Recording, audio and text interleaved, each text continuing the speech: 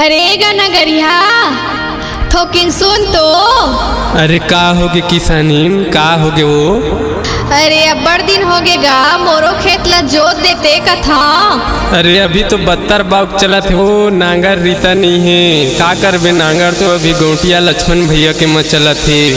एको दिन रीता पाहूँ ता आके जोत दूँ। लेना भईगेगा आज हमरे में जोत दे।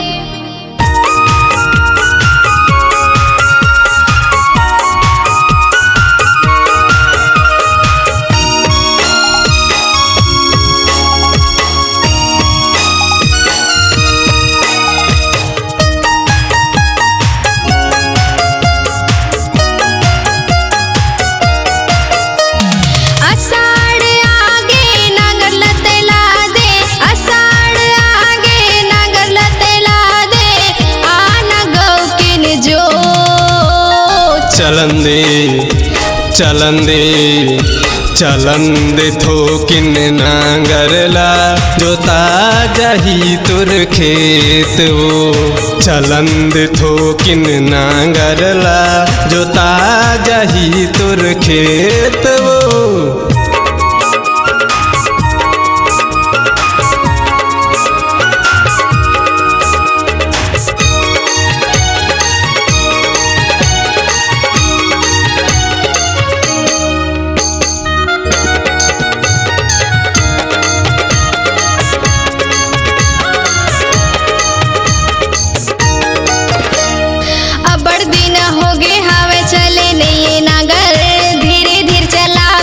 झन छोड़बे आतर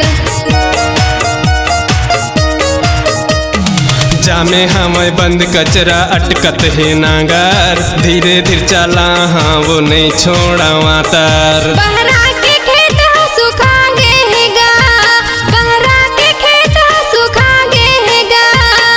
आना गौ की निटो चलन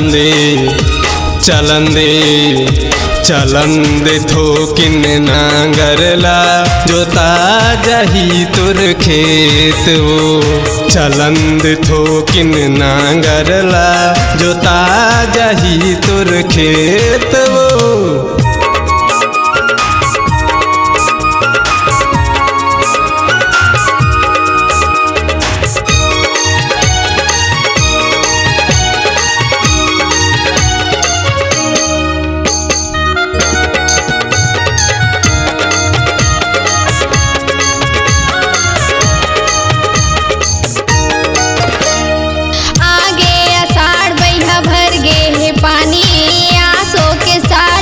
कर दे किसानी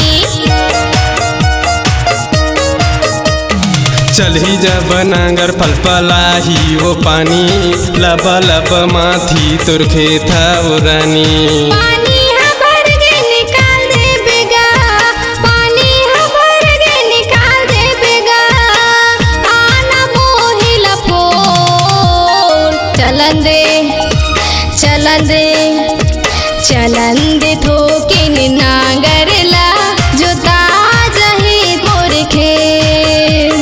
चलन दे थोकिन नांगरला जोता जाही मोर खेत। आषाढ़ आगे नांगर लतेला दे, आषाढ़ आगे नांगर लतेला दे। आना गौ किन जो